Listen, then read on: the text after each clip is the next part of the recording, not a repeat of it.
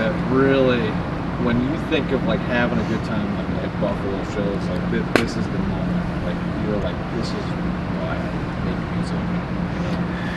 Yeah, first one would be the Day of Death that Brian Patterson put out. Not the original Day of Death, but our original Day of Death is in my timeline. Just having that many bands at a place like Infinity with a good sized stage, drawing in a huge fucking crowd, seeing everyone who's out at smaller shows just fucking going crazy, and being able to draw in more people outside of that small scene to an event like that, where like hell, I didn't know of a lot of those bands because a lot of them were kind of before my time.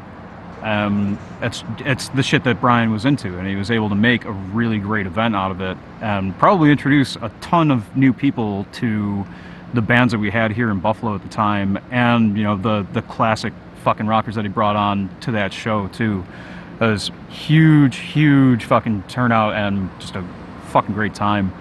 And the other one would be I forgot what venue it was at, honestly. I don't think they really do metal shows there too much, but the memorial show for Tony Lorenzo, just to see the outpouring of support for a guy who loved the shit out of this scene, always supported all of his fellow musicians, never had a bad word. Like in the few short years that I got to be good friends with Tony, he was just always excited to see what we were doing, always jazzed up about, what's the next project you're working on, tell me more about it, like that kind of a guy.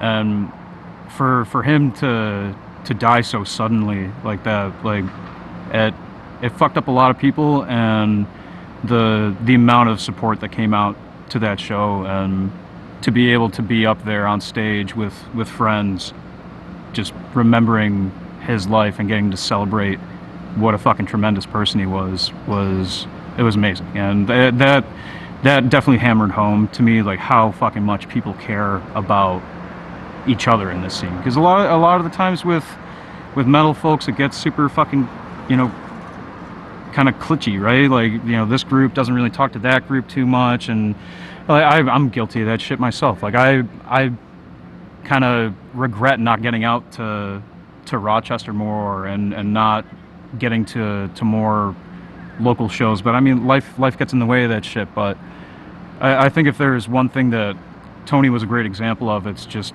fucking making sure that you just talk to as many people in the group of musicians that we have here, because everyone's doing something of worth, and everyone's worthy of at least checking out what they're doing, going out and going to a show that you don't know shit about, going out and seeing a genre that you maybe don't give a shit about, just getting out there and listening to more music and interacting with that community more and more. And that memorial show just solidified to me like how much people fucking care across musical style lines. Like it didn't matter, it's just that guy supported everyone, and everyone came out to support that memorial show. Glad that show's getting brought up more. Yeah. It's like, I'm finding, like, when I talk to like Erickson and Jeff, Yeah. they're bringing up things where like, I might have missed, or like, maybe I didn't like see it in the moment. Yeah. Fuck, I'm glad this is going to be a thing, because everybody that's a part of it is like, whoa. Yeah.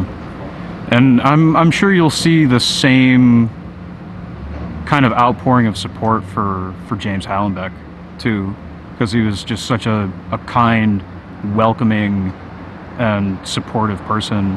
Like it reminded me a lot of, just thinking back on what I knew of James, it reminded me a lot of Tony. And like really James and Monica were the two people in the Rochester scene that kind of welcomed me out there, and was like, hey, we're doing this thing, like we know you guys from music, like come hang out, we're just having a backyard fire, or oh hey, this show's going on, you guys should come out. Like to have that kind of welcoming and supporting people in a scene that I kind of didn't really feel like I belonged in, it was just eye-opening.